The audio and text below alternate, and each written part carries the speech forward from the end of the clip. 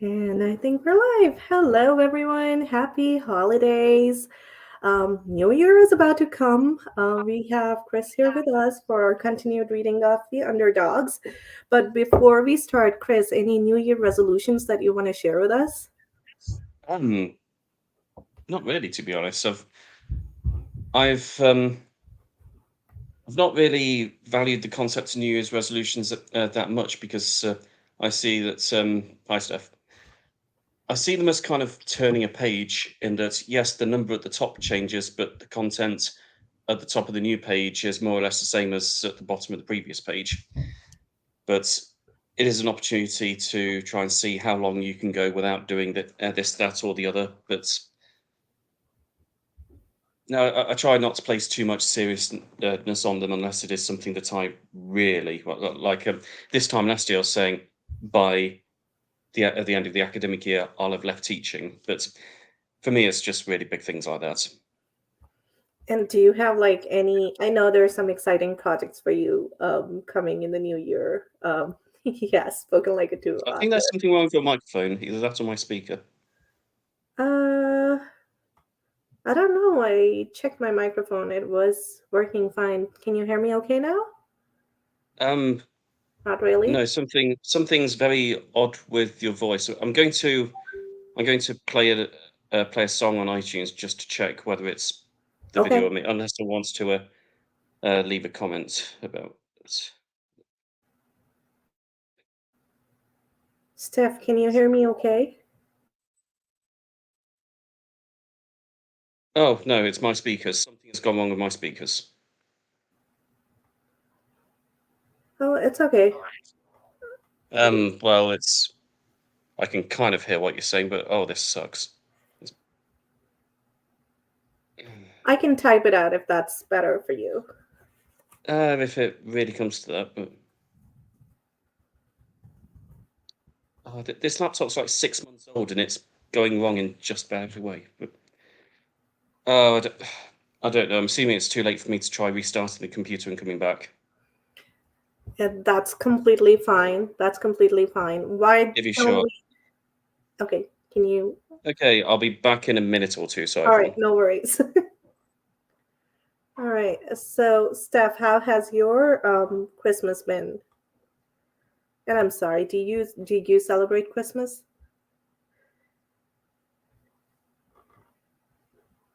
Hey, Aman. That's 1 hour. Oh, that's good to hear. Is there anything special that you did this year?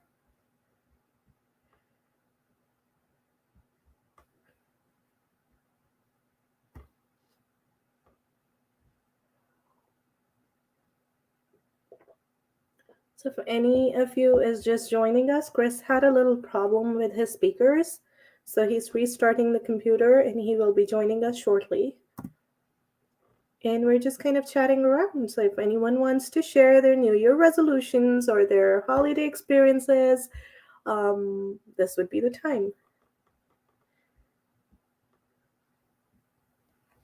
Ah, well, that's kind of an achievement. Like, seriously, family gatherings, that's a really hard one to do. But I'm glad that you guys managed to do that.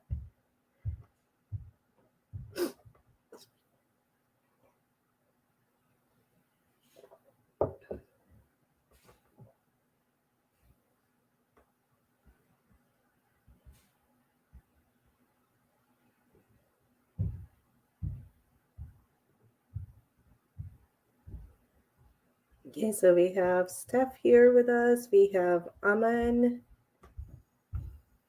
Right, I know there's one more person here. Join us in the comments. Okay, so Chris is back. I'm going to add him to the stream. Didn't hear what you just said. I'm afraid of. I was about to restart the computer, and then it threatened me with installing updates approximately 4 minutes, which is clearly not going to be 4 minutes. So I thought, stuff it. I'll tolerate the awful noise for an hour, and then I'll see what can be done after that. But it literally just came on. It just started while you were in the middle of speaking, and I thought, Okay. no idea why. Is it better now or is it still the same? No, it's not. At least a bit better. I've not done anything with it. I've Okay.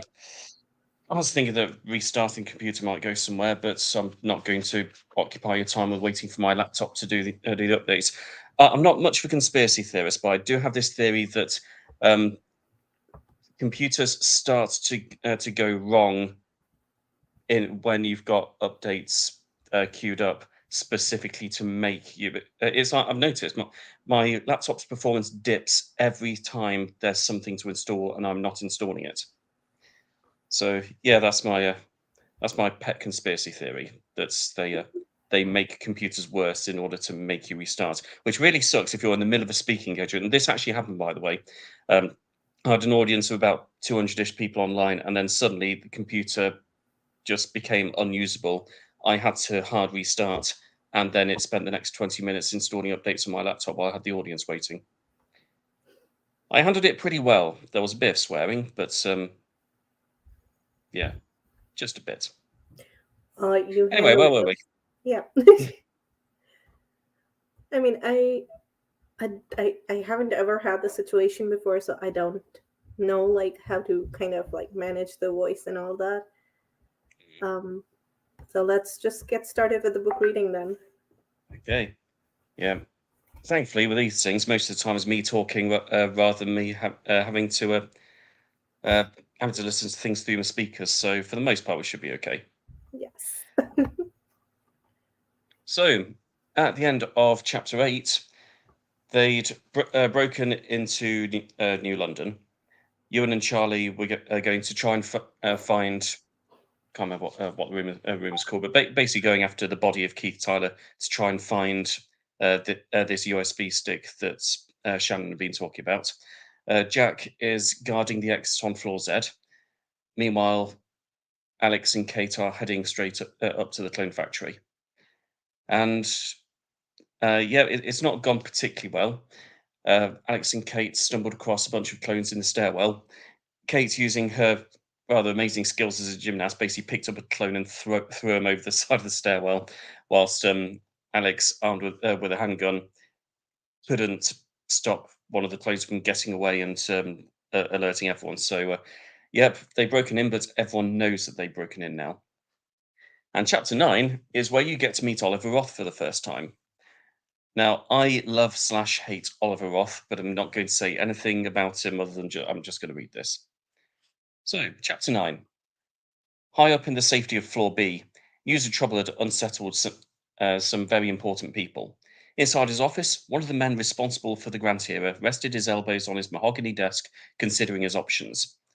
As Marshall brooded over the threat downstairs, his gaze landed on the plaque at the edge of his desk. Ian H. Marshall, head of military division. He had counted himself lucky to keep any position at Marshall Pierce Solutions, following the one-day buyout from Nicholas Grant. It was almost unheard of, a man walking through a company's front door with enough money to buy their whole business. But that was exactly what had happened. Grant had taken Marshall Pierce in one day, and some years later he had taken Great Britain in the same amount of time. With an angered sigh, Marshall thought about what else his plaques could have read at various points in his life. Ian H. Marshall, war veteran and serviceman of 12 years, brackets honourable discharge. Ian H. Marshall, international arms dealer of 8 years. Ian H. Marshall, founder of the world's greatest private security firm. Ian H. Marshall, Takeover Day strategic mastermind. Give me a second. For a split second, I thought I'd spotted some typo in the text, but thankfully, nope, we edited it right. We edited it right. And because he could not stop himself, he thought about his hated colleague who had once been a lifelong friend, a few doors away at that very moment. Nathaniel A. Pierce, pharmaceuticals genius. Nathaniel A. Pierce, bankrupted scrounger. Nathaniel A. Pierce, only at this desk because his mate gave him half the company. Nathaniel A. Pierce, creator of the clone soldier. Finally, of course, it would have been rude to ignore the most dangerous man in British history, soon to be world history once his master plan paid off. Nicholas Grant, son of some wealthy oil tycoon. Nicholas Grant, unexpected CEO of Marshall Pierce Solutions. Nicholas Grant, the man with the government in his pocket. Nicholas Grant, enslaver of Great Britain. Marshall scraped his fingernails along the desk and rid himself of the distractions in his mind. Keith Tyler had been killed in action the night before. most likely by Shannon herself, and the sooner the invasion below was dealt with, the less distracted he would be. So, whatever's going on with Shannon, Ian Marshall knows who she is. He seized the phone at his side and dialed the number for Oliver Roth. The phone rang 5 times without an answer. Marshall checked his watch and swore. Most professional assassins wouldn't be asleep at 9:30 in the morning. Then again, most assassins were older than 14. Marshall got to his feet and made for the door. It was the wrong day for his teenage death bringer to sleep in. Oliver, barked Marshall, his fist thumping on the door of Oliver Roth's Floor A headquarters. No answer. Of course not. Oliver! Marshall didn't have time to wait. He fetched out his all-access keycard, swiped against Roth's door, and let himself in. He was met with a sight that made him thankful he had young twin daughters and not a teenage son. The room smelled like only a 14-year-old could make it smell. The assassin's clothes lay dumped on the floor from the previous day, and a motionless character on the television screen suggested Roth had fallen asleep playing video games. His blood-red wallpaper was part covered by posters of death metal bands, and the mirror and wash basin in his bathroom seemed to be for decoration only. Roth's muscular body lay sprawled out across his bed, barely covered by his duvet, and the video game controller was loosely gripped in his fingers. Marshall looked for the boy's face, hoping to find it beneath his shock of fiery red hair, and noticed his eyes were still closed. In the old world, Nicholas Grant's master assassin had barely been old enough for a paper round. But Roth's new job gave him all the special perks that the inner city prisoners must have missed: rich food, electricity, heating, recreation time, and the right to stay up as late as he wanted. And bloody hell did he take advantage of it. Marshall reached to his right and grasped the first object his fingers met. Ironically, it was an alarm clock, which he launched in Oliver Roth's direction. The clock bounced off the boy's right arm, and his eyes flashed open. He mumbled. Hi, Ian. Get out of my room, now. Why did we bother buying you that thing? Marshall snarled, with a judgmental finger pointed at the alarm clock. It's not like you paid any money for it. You need to get up. We've got and you need to get out of my room. Marshall was not going to be seen obeying a 14-year-old subordinate. If he gave ground to Oliver Roth, he wouldn't get it back. We've got trouble, Marshall said. Intruders. Last seen in stairwell 42 around floor T, but they may have gone upwards since then. Marshall rose his eyes in surprise as Roth flung his duvet to one side and got to his feet, wearing nothing but his boxer shorts. He stretched his limb in turn until they cracked, and ran his fingers through his wiry red hair, like an animal itching fleas. It was the closest he ever came to brushing. That's some frightening confidence right there, thought Marshall, strutting around in his boxers, unafraid of his boss seeing him. Actually, it's not just confidence. He's doing this to make me uncomfortable. Or maybe it's neither, and he truly just doesn't care. Another intrusion? Roth mumbled, rubbing his eyes with one hand and using the other to scratch his armpits. Grant's going to have your head. He's got bigger things on his mind. He's been going on about tonight's dinner for half a week. What could possibly bother him now? Has his girl stood him up again? Keith's dead. Roth paused and lifted his face towards Marshall's. For the first time, he seemed to respect Marshall's presence in the room. That's weird, he said. Weird's one word for it. Roth sat back down in his bed, grabbed his controller and brought up the menu on his video game. Last I heard, he said, Keith was heading out to Lambourne's place with a bunch of guards. It shouldn't have been too much for... Hang on, wait a second. Marshall stumped over to Roth, ripped the controller from his hands, and marched to the door. With any other teenager, he would have smashed it against the television screen, but somehow he didn't feel comfortable doing that to Roth. The lad was right, though. The task shouldn't have been too challenging for a number 2 assassin, superior to everyone in Grant's army except Roth himself. Feel like getting dressed yet? Asked Marshall. My room, my rules. So how did Keith die? Let me worry about that. We've got a ton to deal with on floor B, and I do not want to be distracted by feral rats scurrying around inside the walls. Get up, get dressed, get out there, take your rifle, and start killing rebels. Roth started to move. Rather tellingly, he went to his weapons stash first. Even the bathroom didn't take priority. Marshall walked back into the corridor, willing to give ground now that Roth had done the same. Where did you say they were? Asked Roth, choosing between 2 shotguns. Well, at least he's interested now. Of course he is. He's got more rebels to go after. They were seen in the northwest end of the Citadel, but that's all we know right now. So the sooner you start, Roth slammed the door in Marshall's face. Marshall rolled his eyes and tried to remember the charming, adventurous 12-year-old that Oliver Roth had been in their early days of working together. There was no denying that the teenager was skilled at his job, but even by assassin standards, he had become difficult to work with. Now, I'm thinking right now of the various Underdogs-related short stories that they've written, where Each of the underdogs, plus Oliver Roth, gets their own short story. Oliver Roth's short story is the 12 months leading between him being that 12-year-old who Marshall just mentioned, right up to takeover day, and how he basically manipulates his way to the top. You don't know much about Oliver Roth yet, but I want to say, he's one of my favorite characters, but he's not really, because Jack exists and McCormick exists and Ewan exists and Kate exists and Shannon exists. But he is someone who I really, really like. Okay, changing scenes. Ewan gave the nod. Two handguns flew around the corners of the T-junction, and the guards didn't even have time to raise their eyebrows. The gunshots were close enough to sound like a single blast, and the bullets struck at the exact same moment. Ewan and Charlie lowered their guns and strolled towards the forensic investigation room as the dead clones collapsed to the floor. "I'd give them an 8 for synchronized diving," said Charlie with a grin. Ewan took a moment to laugh before checking the bodies for keycards. It didn't take long. "Gotcha." He jumped back to his feet and reached for the slot next to the door. The entrance opened without any fuss, and Ewan grabbed one of the dead clones by its shoulders. "Charlie, clones inside." "Why?" "Hiding the bodies, duh." "Yeah, but why inside? We could just stand them up against the walls." "You're having a laugh?" "No, really," said Charlie with another grin. "If someone walks past and sees blood on the walls and the guards missing, they'll know something's up. If they see the two bodies placed upright, then at least there's a chance they'd think not to look closer. There might be chairs inside if you want to sit them on those." Ewan paused, his head gently nodding. Only guys like us would come up with something like that, so bizarre and unexpected that it might actually work. "You know what?" he said. "Let's do it." "Cool," answered Charlie, running into the forensic investigation room and returning with a steel chair in each hand. Propped upright like macabre shop window dummies, the clones looked semi-convincing once the blood had been wiped away. "Hey, you know what else we can do?" Charlie continued. "We could push them together so it looks like they're making out. Then no one would look closer." "Charlie, you're such a kid. Now go inside." Charlie gave a snarl, like a threatened cat. Ewan wasn't sure what he had done, but decided it was best to shut up and focus on the mission. The two friends made their way through the door and sealed it shut behind them. The forensic investigation room was huge. Two side walls of uninterrupted filing cabinets stretched from one end of the room to the other, with mobile ladders positioned at each end. The chamber seemed almost as tall as its own length, and its arrays of cabinets and storage boxes looked down imposingly on the invaders. "Sorry about that," came a faint whisper from Charlie. "Hmm? Remember yesterday when I told you never to speak to me like a child?" "You said a lot of things yesterday," answered Ewan.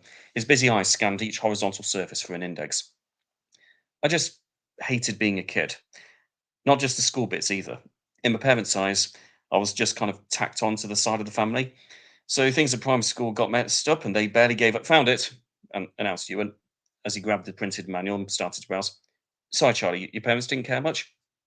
"You know, if it's not bloody convenient, we can talk back at home." "Charlie," Ewan thought, "as much as I care about you, your childhood trauma's hardly time sensitive. I'd rather not get caught here. Sorry, mate." "But no," said Charlie, "they didn't care much. Especially when the other kids got me into trouble. Did they ever do that to you? Try and get you to explode?" "The primary kids found it hilarious when I couldn't control myself, so they made it happen." "Then let me guess," replied Ewan, as he tucked the index folder under his arm and headed for the nearest ladder. "The teachers blamed you because you were doing all the shouting." "Yep, got the same advice every time. Rise above it, ignore them, don't let them get to you." Like it was simple. "Did the kids laugh at you too?" Ewan lay a hand on the ladder and hid a snarl. "Not after I smashed the classroom up a few times. They learned quickly. But then, of course, they get expelled and have to teach the kids in my next school not to laugh, and it just kept going from there." Ewan checked the index again for the number he was after. Experience at school and in the battlefield told him to always double check his answers. He caught a glance of Charlie, staring at him in confusion with a hint of hurt. "What?" asked Ewan. "It's just, we were the temper twins at Oakenfold, even at Spitfire's Rise for a while. So how come you grew out of it and I didn't?" Ewan stopped in his tracks. That last sentence was enough to distract him from the ladder and send him walking back to Charlie. "Mate, you're 15, he began, in a friendship voice which sounded poles apart from his leadership voice. "And you're acting like all your growing up's over and done with. I'm sorry you were treated like crap at school. We both deserve better. And I don't want to sound harsh, but you're letting your past control your future and you need to bloody stop it." The shock in Charlie's eyes became the most distinctive feature of his face. Ewan spoke again before his friend could form a response. "I didn't grow out of being angry. I just focused on making the right choices. Whenever I was able to choose, I mean. It was hundreds of little decisions, really. None of them easy, but I made the right ones whenever I could. People love to blame others for their faults, parents, teachers, kids, the government, even luck. But in my opinion, we become the people we choose to be. Ewan left a deliberate pause. Charlie wouldn't think of an answer quickly, and Ewan wanted that last sentence to sink in. After that moment, he continued. McCormick became a lecturer, a guy who cared about his maths and his students because that's who he chose to be. No one made him that way. And yeah, some things are out of our control. Your ADHD, my thing, everyone's things. But whenever we get to call the shots, that's different. Whenever we're in control, we're responsible for who we are. Ewan took a step back and saw the whole of Charlie's face. There was confusion, as if the thoughts in his brain had been planted there for the first time. You're a good guy, Charlie. You chose that. But those kids who ganged up on you are gone. They don't have the right to be part of your future. Ewan headed for the ladder once again. He knew it wasn't that simple, that mental scars remained long after hurtful people were gone. His own brain was filled with dozens, maybe hundreds of names and faces and people in his past who had hurt his future. But the words needed to be said. And he wondered how different Charlie's life might have been if he'd taken responsibility for some of his choices a few years earlier. I could have done with that lesson too, he thought. If I'd had McCormick's words in the old days, she'd still be alive. So what is your thing? Charlie called after him. Why? Back at Oakenfold, you once told Callum you're autistic, but you aren't like Kate or Jack or anyone. Is it actually true? Technically, yeah, but it's not the thing that affects me. Charlie paused as if expecting more, but there was no way Ewan was going to open up about his PDA. I'll tell you at home, Ewan finished, hoping Charlie would forget about it before they reached Spitfire's rise. He clamped his hands around the side of the ladder and began to begin his climb. It was time to get back to work. Right, said Charlie, clapping his hands together in fake enthusiasm. So, where do we start, and how long until we give up and move on? We don't, answered Ewan, reverting back to his leadership voice. The backpack's in this room, and I'm finding it. And if it's empty? It won't be. Grant won't tamper with the evidence before it gets inspected. He's not that stupid. Now, wait a second. I found the priority one drawer. Ewan reached the top of the ladder, opened the drawer, and paused in disbelief. He hadn't expected to actually be right, but Tyler's backpack was in the first place he looked. There was much to be said for a good filing system. Ewan recognised the backpack instantly. He had seen it on Tyler the previous night. A minor detail he had barely committed to memory, but the black and metallic grey colour scheme was distinctive enough once he saw it. He undid the zip and dipped a hand inside. What's the time? He asked. Does it matter? I want to know how long the dead clones have been outside. It's 9:37, answered Charlie. In the morning. And believe it or not, it's still April 25th. 3 days to my 16th, if you can scavenge a present from somewhere. Charlie, get on the radio. Charlie sighed, loud enough for his breath to echo off the filing cabinet walls. He, he took the radio out of his pocket and raised it to his mouth. When he pressed the button, he was met with silence rather than the usual static. I think we forgot to turn the volume back up. Ewan huffed. They had turned their radios down just before launching their surprise attack. But single-mindedness had always been a problem of Ewan's, and the sight of the forensic investigation room had made him forget his radio even existed. Guys, said Charlie after turning the volume up. Wait, where the hell have you been? Came Alex's yells in the speaker. We've been trying to reach you for ages. Yeah, we're fine, thanks, said Ewan. Talk to me, what's up? They know we're here. The blood drained from Ewan's face. He looked down at Charlie, who had frozen at the foot of the ladder. Already? Clone got away. A while ago now. Ewan's hand dug deeper into Tyler's backpack, but it didn't stay there for long. Whatever you're up to, continued Alex, finish it fast. I wouldn't worry about us, said Ewan. We're done here. He held his prize down towards Charlie. In the palm of his hand lay a USB stick with the words Better Days written with a thick marker pen. What the hell's that? Charlie whispered. Shannon's tool. And you know that because... Do you really think Keith Tyler would carry precious memories around with him? It's the one thing in the backpack that's definitely not his. Ewan looked at the USB stick and smiled. Better days were definitely coming, if Shannon could be trusted. Keep the route clear for us, Alex. We're coming up. That's the end of chapter 9.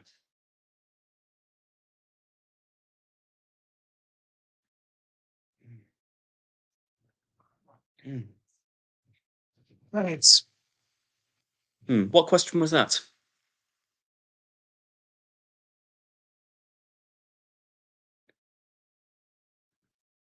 Would you mind saying a few words just briefly, just to check if I've still got the problem? Yeah, I mean, within Yeah, that still there. scene when that was happening, it's the same. Yeah, I've still got the same problem. I'm The so speakers that sorry. were working perfectly until like a few minutes after we started talking is suddenly Yeah. Don't worry Oh, about that. that's oh well. I'm gonna type it out. Okay.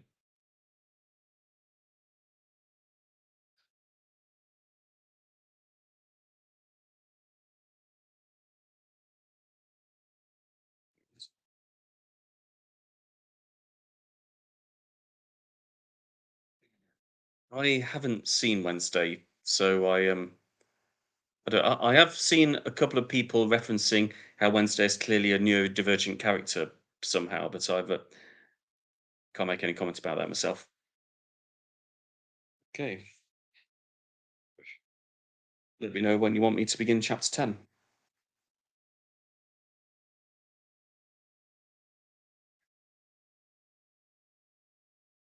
Okay, chapter 10. Jack didn't mind that the job of phoning comms had fallen to him. It gave him a nice break from endlessly looking left and right along the corridor connected to their exit, like a small child trying to cross the road. He slouched against the door to the tunnel, his fingers scraping along the greying paint. To most other people, the corridors would have looked dull and boring. Jack understood why, but he refused to accept it for himself. There was genius in every conceivable object if you knew where to look. That was one great advantage to being a daydreamer with Asperger's. Of course, I think back when this was published, Asperger's was on its way out, but not quite out. In the updated version, on the character list towards the beginning, it is still his diagnosis because Asperger's syndrome is my diagnosis. But most references refer to autism rather than Asperger's these days. While the rest of the population busied themselves with gossip and wasted time moaning about what Sheila said to Tony or whatever, Jack's brain was solving theoretical problems. He was trying to work out how planets could orbit a binary star system, or what kind of weaponry would be needed to bring down a charging Triceratops. As he had guarded the exit, Jack Hopper had been studying the architectural requirements for the ceiling. A lot of effort must have gone into its design, and it would be a shame for it to go unrecognised. But duty called, so it was time to give McCormick a call. He started the timer on his watch the moment he inserted the battery into his phone. He dialed the number for comms, but decided against a video call. Voices would be enough for this conversation, and he needed to save his eyes for the corridor. But once the phone was answered, no voice emerged, just a shy cough. Hey Simon, Jack began. Is McCormick there? No answer. For those who need reminding, Simon is the situationally mute lad with Down syndrome. I guess not then. Lou break? A little grunt. Didn't think he'd go so early in the mission. Is his cyst acting up? An identical grunt. Everyone communicates, Jack thought, even people who don't talk. Back at Oakenfold, Jack shook his head to silence his memories of the profoundly disabled students. It had been Mark who had shouted across that field, "Get bloody running, they're not worth it." But Jack and everyone else had obeyed, largely through fear of saying no to a man like Mark. Few people had spoken about the incident in the 11 months since, but he could tell the group felt varying degrees of remorse. And Jack, despite his logical brain telling him there had been no other choice but to run, had crystal clear opinions about right and wrong. As a result, his conscience was still swamped with inconsolable guilt. He brought himself back to reality and spoke. Simon, there's something important you need to tell McCormick. Our presence has been detected. Simon fell into a short silence that Jack could not interpret. Perhaps shorter words were needed. Simon deserved better than just being known as the Downs Kid, and Jack made sure to treat him better. But his learning difficulties still needed to be respected. I mean, Grant knows we're here. Anyway, while we're waiting for the old man, I've been meaning to chat with you for a while. Silence. I hope you don't mind, but I need to ask. Why are you so nervous all the time? A little cough and a huff of protest. Well, most of the time. I know most people are nervous these days, but you pretty much curl up like a hedgehog when people are around, even at the dinner table. Jack wasn't sure how Simon felt, but everything must have been fine. He had used his friendliest voice after all. Yeah, Jack is a lovely character, but he's not very emotionally literate. I'll put it to you this way, mate. Thomas lost his mum back in January. He deserves to be nervous, but he's not. Ewan's family were annihilated on takeover day, but somehow he's turned that into something positive. He's driven by getting justice for them. Then there's Shannon, he thought. Hell knows what happened to her. You deserve far more confidence than you have, you know. You're an underdog Spitfire's rise. I'm one of the last guys who can save this country. You need to have as much faith in yourself as Ewan and McCormick do. Simon grunted. Somehow, even Jack could tell it was a yeah, right. No, I'm serious. Confidence might even get you a girlfriend one day. Simon gave a short laugh. And yeah, I know what you're thinking. Same for me. Romance isn't my thing, Simon. You must know it. Simon laughed again. And not with Gracie. Seriously, why does everyone keep saying that? Just because we're vaguely friends doesn't mean I suddenly want her as my wife. The third snort of laughter. Okay, I guess she's hot, but hot in a first to die in a horror film kind of way. You love horror films, right?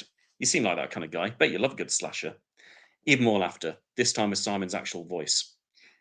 Jack was reminded of the happy, laughing teenager that Simon Young had once been, back at Oakenfold where everyone had loved him. His sense of humour had been magnificent back then, delivered non-verbally to perfection. And despite most of the general public ignoring his humour, he had been valued for it in his special school. Suddenly, Jack's brain woke up and he was back in the grey corridor again. The conversation had soaked up his attention span. He checked his watch and found 1 minute of safe time remaining. Yeah. Thank you, Steph. That is a kind of good point. I do love the understated relationship between Jack and Simon, though. As the story goes on, you find there are plenty of what look like one-sided conversations because obviously Jack's doing all the talking, but you can tell. But by the way, even just then, by the way Simon's reacting, that they are quite validly good friends. But it's not like a major feature of the series or everything. It's just kind of casual. It just casually happens once in a while. 1 minute of safe time remaining. Is McCormick back yet? Simon gave the kind of grunt that meant no. Better let you go then. If Grant's locked onto my phone, I'll be traceable in less than a minute. Talk soon, Simon. Jack removed the battery from his phone and put them in separate pockets, then sighed. He felt safe from attackers while talking on the phone. It seemed against common sense, the type of thinking that made his teachers describe his brain as the good kind of different. But he knew nobody would kill him with a witness listening on the other end. In a rare moment of people reading excellence, Jack had been right. With the phone disconnected, Oliver Ross seized his chance. What the hell? Shrieked Jack, as New London's most prolific assassin sprung from the corner with his trademark grin plastered across his spotted face. Today, he had chosen the shotgun. Surprise, retard! He bellowed with a sadistic laugh. By the time the first blast had left the shotgun, Jack had wrenched the exit door in front of him. Little dimples emerged in front of Jack's eyes as the pellets rattled into the metal. The breath froze in his lungs. Those would have gone through his face. The gunshot echoes faded, and the sound of marching footsteps grew. Toby, don't worry about me, Jack screamed. Just get to floor Y. I'll meet you there. With seconds draining away, Jack was sure he could see the blood pulsing through his own hands. His invention of Toby was desperate, but all he had. The promise of a rebel on the floor above would sound irresistible to Oliver Roth. Wait, he thought. Shannon's list came from New London. He knows that none of us are called Toby. Jack fumbled his pistol to his fingers. If he could avoid the second blast, he could strike back before his aggressor could reload. But the idea was short-lived. There was no chance of Roth using his final cartridge without a good reason.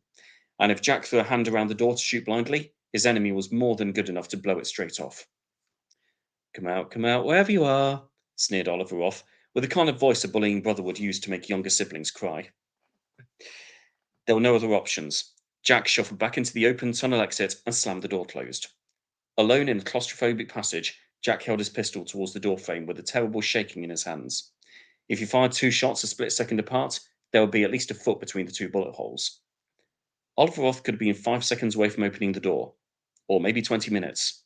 Or maybe he would open it at that moment while Jack was distracted by wondering when the moment would be. Jack's gasps trembled as they left his tightening throat. SAS soldiers and special forces had the ability to freeze in position for minutes, hours, sometimes days before taking one vital shot. But not Jack Hopper, an untrained 17-year-old who spent half his life daydreaming. The worst part was not knowing. Was Roth half a mile away chasing Toby? Was he 2 meters away with a palm resting on the door handle? Was he waiting for Jack to make the first move? Maybe she'll move first anyway. He'll not be there.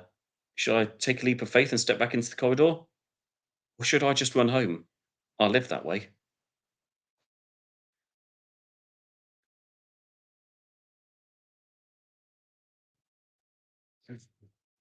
You know what would be great to do? Asked Charlie, jumping scenes again. Just while we're here, go upstairs, destroy the clone factory, and get out before we're caught. Ewan slid down the ladder, with better days zipped up in his pocket. Charlie was an ambitious guy, which was no bad thing, but a dose of realism might have helped once in a while. I just... You just spilt a bunch of water. Give me a second. Never, don't think any of it hit the laptop. I think I got away with that one.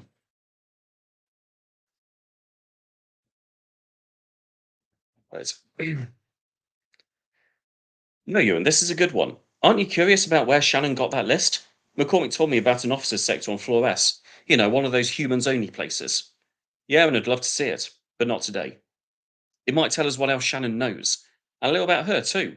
Seriously, we even brought a door combination hacker. Not today, Charlie. Ewan marched towards the door, his mind, his mind running through McCormick's directions to floor F. Hopefully, Alex and Kate had left the path clear. Then something flickered at the bottom of his field of vision. A shadow interrupted the carpet of light under the door. Charlie, he whispered. Someone's outside. Charlie brought his assault rifle up to his waist. Looks like the trick with the bodies didn't work, he whispered back, tiptoeing to the door and resting his fingers on the handle.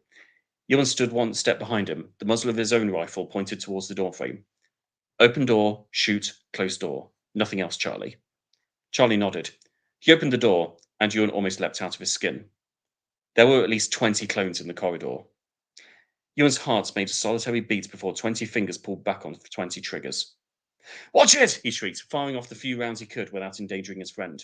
Charlie emptied his chamber into the crowd, and Ewan counted 3 falling bodies before Charlie leapt back behind the door and kicked it shut. Ewan got to work on the filing cabinets, pulling a whole column of drawers outwards to provide cover. On the opposite side of the archive, Charlie began to mimic him. Pretty sure these aren't bulletproof, he shouted. What else have we got? There's literally nothing else in the room. Ewan opened the final cabinet in front of his face as the remaining soldiers surged through the door. Charlie was the first to open fire. He shut the cabinet at the bottom of his column and sprayed a hail of bullets that turned 5 clones into falling bodies. When the survivors took aim towards Charlie, Ewan slammed the door shut from the top of his ladder and attacked from a second angle. He fired enough bullets to distract the crowd, and by the time Charlie resurfaced at the ceiling, they had narrowed the death squad down to 5. The angriest soldier at the front, the short model with the long black hair, began a final charge to the other side of the room, hoping an attack from the other side of the cabinets would be less futile. When his bravery was rewarded with a hail of bullets to both sides of his body, the last 4 clones fled through the entrance into the safety of the corridor. Not out of fear, but from cold strategy. Clear? Asked Charlie. For now.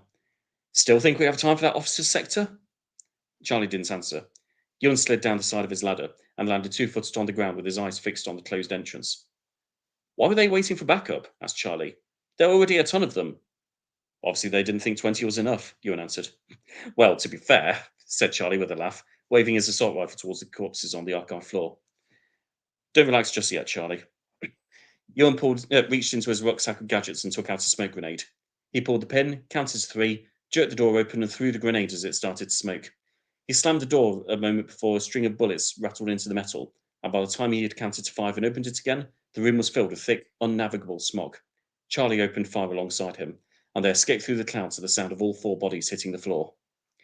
Was it left or right at the T-junction? Asked Charlie. Left. Back the way we came until we reach... Ewan was interrupted by a discreet, high-pitched whine from the end of the corridor, like the wheels on his late cousin's remote-control car. Speed mine.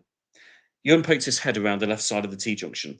A crudely shaped metal package on wheels scuttled along the metallic floor, faster than a running man and bumping against the walls as it charged. Ewan's first bullet penetrated the metal casing and broke the mobility circuit, and the mine's response was instant. The explosion spilled balls of erupting fire through the corridor, wobbled the walls and ceiling panels in a violent Mexican wave, and threw the shattered body of the mine into the air like a tossed pancake. I think their backup just arrived, cried Charlie, bolting down the right-hand path. Ewan followed, running backwards to guard their rear against a second approaching speed mine. Ewan fired a second bullet, answered by a second explosion. Through the dying flames, the mine's controller appeared from around the next corner, alongside a group of his squad mates. He held a third speed mine under his arm, his remote control occupying both hands. It was a short clone with the long black hair again, grown from the same model as the one who had charged between the filing cabinets. This one had the exact same expression of controlled anger on his face. It's just not your day, is it? Muttered Ewan, as he aimed his rifle with millimetre precision and shot. The bullets popped through the metal casing of the speed mine under the clone's arm. The wall shook again with a welcome boom as the mine's explosion tore the clone to pieces and engulfed his friends in a searing wave of fire. How do we get to floor F now? Yelled Charlie. Ewan bit his lip in disgust before shouting his answer. We don't. We tell the others to get the hell out of New London. What about the clone factory? We've got Shannon's weapon and we're still alive. That's enough. End of chapter 10.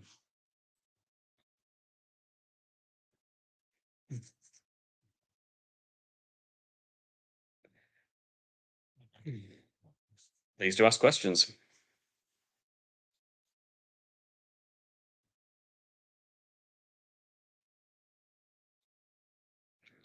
Is Jack safe? Oh, I thought you meant questions that I can answer for you. I'm not going to tell you whether Jack's safe. Well, he is simply outside of floor Z in the entrance corridor, pointing his shaking handgun towards the entrance, not knowing whether Oliver Roth is still waiting there, or whether Oliver Roth ran away like 10 minutes ago. The worst part of any anxiety is not knowing.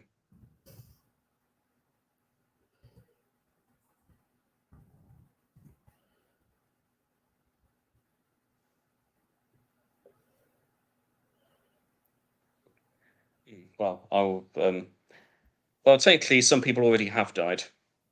I think only one of them is a named character, though, and he died in the first chapter. Sorry, Steph, that's my bad. I was To be very fair, Steph angry. has already heard the first chapter.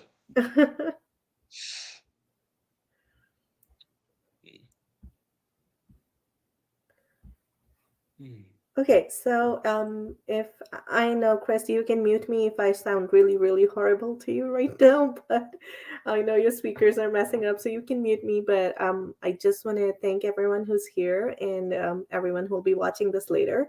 If you have any questions for Chris, you can comment here. You can also visit his own page, Autistic Not Weird, or Chris Bonnello, the author. I think that's the page name. Chris, Spinello, autistic author.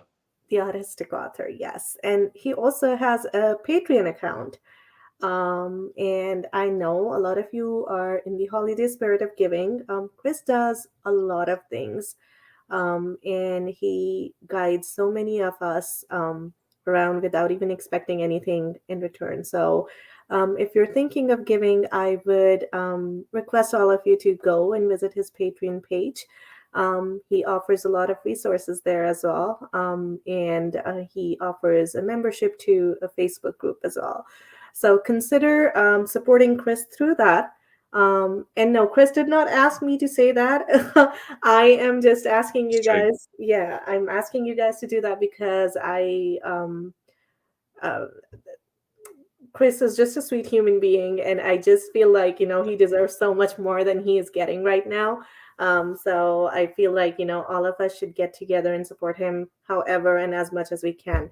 He has two new projects, which I'm really excited about. You can find more information about those projects on his own pages. I don't want to do any spoilers for his own projects. I'd rather have all of that information come from him on his page. Um, and I think as far as everything goes, yeah, we have a couple of new projects coming on as well. So keep go to our website. You can sign on for our newsletters, and they'll have all of the upcoming updates. And yeah, we continue. We look forward to seeing you on our future book reading sessions with Chris. I think we're almost like it's making me feel nostalgic, but we're almost like I feel like we're nearing the end now. So I don't know what the future holds for the underdog characters, but this whole episode with Jack did really make me anxious. So if any of you have any comments, now would be the time to enter those or questions for Chris. You can post them in the comment. And then in about 3 minutes or so, I think we'll be logging off. Chris, do you have any parting words for us? United by differences, everyone. United by I love that. I love that. Um, I think this is about it then. I wish you all a very happy new year in advance. Enjoy the new year. Um, I do believe in resolutions a little bit. So I have some very strong resolutions for Kind Theory this year, and I hope you all do too as well. So happy 2023, guys. Take care. Bye bye.